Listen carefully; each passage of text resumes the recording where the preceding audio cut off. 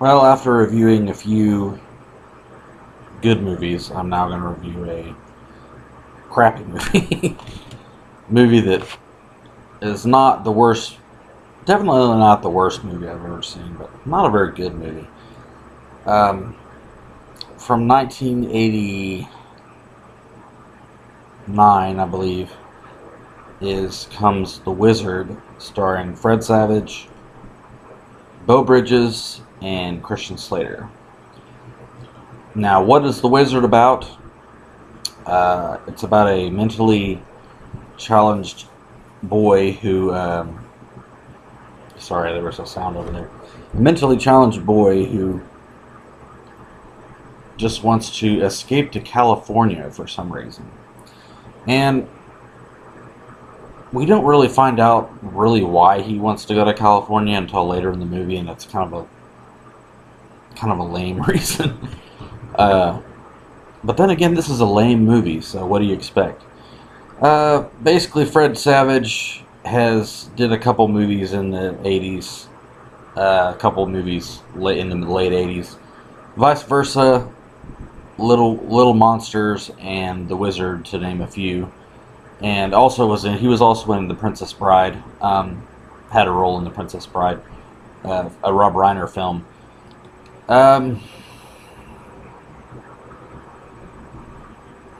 Really don't know why this movie had to be made. It was really kind of a waste of time. It was okay. It's basically about Fred Savage and his brother, and he's kind of has mental issues and stuff like that. And he's in a mental. They put him in a mental home. So Fred Savage goes and just willy nilly walks in the door and gets him out of the institution. No security, no nothing, and that's like the end of the. He goes and gets him, and he goes cross country to rescue him, and with his dad and older brother in tow, going to track him across country, and then the guy who's tracking him down is so gung ho, he's like, "Well, I'll bring your boy back, and I'll take care of this." And then they have a little sparring with the dad and the older brother. It's just kind of retarded how nothing really in this movie adds up to anything. It's just a bunch of randomness. Along the way, the younger brother meets up with the kid named Lucas, who is the baddest mofo in the Nintendo world. Also, let me also say that this is basically like Mac and Me, where it just basically, it's a bunch of product placement BS.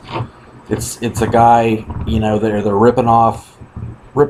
I mean, they're not ripping off really Nintendo, but it's just basically a shameless plug for Nintendo and Nintendo products, Nintendo games. The Power Glove. I mean, it's got all that in there. It's just really stupid and retarded. Sorry if anybody's offended by retarded, but that's just what this movie, in my opinion, is. It's not very good. And like I said, it doesn't really add up to anything. The kid is the only thing that the kid identifies with is he's really good at video games, and he's really this review is ridiculous. But this movie is ridiculous. So he's really good at video games, so we're gonna enter him in a video game contest, and he's gonna face up against Lucas, and it's gonna be hardcore and badass and awesome. So they enter him in the contest, and there's this big prize for them to win all this money, and I don't know, just hope this. No reason, I guess, just to make the kid happy because he likes to play video games. I don't know.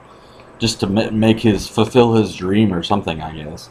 The only thing that I really enjoyed about this movie were a couple of just kind of off-kilter scenes and lines. Spoiler alert if you haven't seen The Wizard.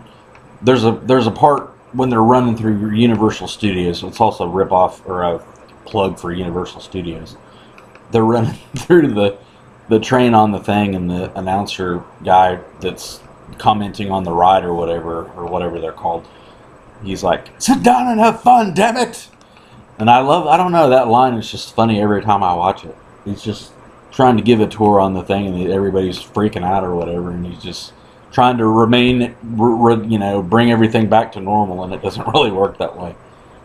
So they enter him in the contest to win the video game, or to win the game contest, where they're both playing on this gigantic screen, and they're doing their little controllers and going back and forth, and it shows one intense face to the other intense face, and they're playing video games, and they're just, I don't know.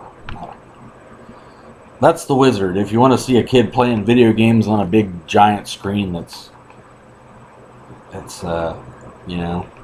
Super Mario Brothers 3 or whatever, they're just plugging all the games, and now this is the first time you'll get to see they're gonna play it on the big screen. It's Super Mario Brothers 3, and they're playing their little games, and I don't know, it's just a ridiculous movie. Like I said, didn't really add up to anything in particular, anything worth anything that was really particularly that interesting. They had a couple road adventures when they're on the road. Really, the only thing back to what I was saying before, the only thing were a couple of funny lines, and the relationship with Beau Bridges and the older brother actually, to me, was kind of funny, and I thought they kind of had some good rapport together, and a couple of their lines were kind of funny, because they're kind of like a little odd couple thing. They kind of had an odd couple thing. The dad would argue, and he's like, well, what do you want me to do? I just clean up, and, they kind of had a weird, kind of relationship thing going on, and I thought a couple of their scenes were funny. But pretty much that's just the saving grace of it. Fred Savage doesn't add much to the proceedings. If you've seen Wonder Years, he pretty much acts like he would in anything else. I mean, he's a good actor, but Fred Savage doesn't have a whole lot of range when he was younger. He just kind of did the same shtick, and kind of threw out a couple weird lines here and there. The younger kid, Luke Edwards, didn't impress me much. He was just kind of bland and boring, and they hook up with this younger girl along the way, and they kind of have a little romantic thing going on with Jenny Fisher, I believe is her name. They have a little thing kind of going on, a little relationship thing, and it's kind of cute, but like I said, it's not really that interesting. Their stuff they got going on is really not that interesting. So my final verdict on would I recommend The Wizard or would I not? I wouldn't really recommend it. I mean, unless you're just a hardcore Nintendo fan or something like that, or you like to, see that kind of stuff, or you like that kind of thing, video games or whatever, I wouldn't really recommend it. As a movie, it's really not very good. I guess it works for like a plug for Nintendo and kind of stuff like that, but other than that, I wasn't really that impressed by it. It was one of those movies I watched undiscriminating as a kid, and I didn't really like it. I didn't really enjoy it very much. On a star scale, if I wanted to give it a star rating, I would give it probably a 2. I'd say it's a fair movie. I wouldn't go all the way and say that it sucked. I mean, it wasn't like like I said, it wasn't the worst movie I've ever seen, but it certainly wasn't the best movie I've ever seen. It had its share of kind of just lull and boring moments. Particularly the scenes where the kids are going cross country to go to Universal Studios Florida and play the little contest thing. Just really didn't. There really wasn't a whole lot of exciting stuff going along the way. Some kind of awkward moments with the girl as the guys tracking cross country to bring her, as the bounty hunters tracking her to bring her back. Some awkward moments there. Not particularly funny, just kind of strange. The only redeeming scenes, like I said, were the scenes with Beau Bridges and Christian Slater, which Christian Slater played the brother. I didn't mention that earlier. I think I mentioned he was in the movie, but I didn't mention really who he played. And he did a reasonable job, as did Beau Bridges, but overall, not too impressed. Thumbs down. No. Yeah, overall, not too impressed. 2 stars, watchable. It was fair, but I mean, if you're looking to get blown out of the water by The Wizard, don't go any further than that. Anyway, this is Matt Allgood Movie Reviews. Hope you guys enjoyed my review.